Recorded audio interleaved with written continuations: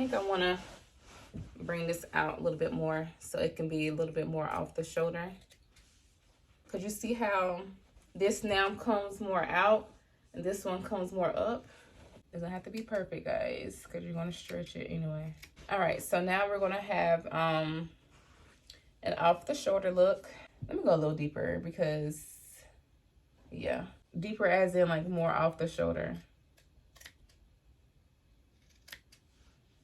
There, and a little bit further out.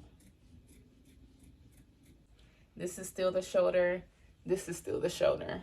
I think what I'm gonna do, hopefully this turns out right, y'all. I'm gonna just cut down the middle. Can't turn back because I already cut it.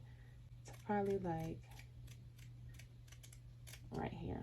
I think I want to keep the pictures, so I'm just gonna go right here, get another string, cut it right here, and tie it right here.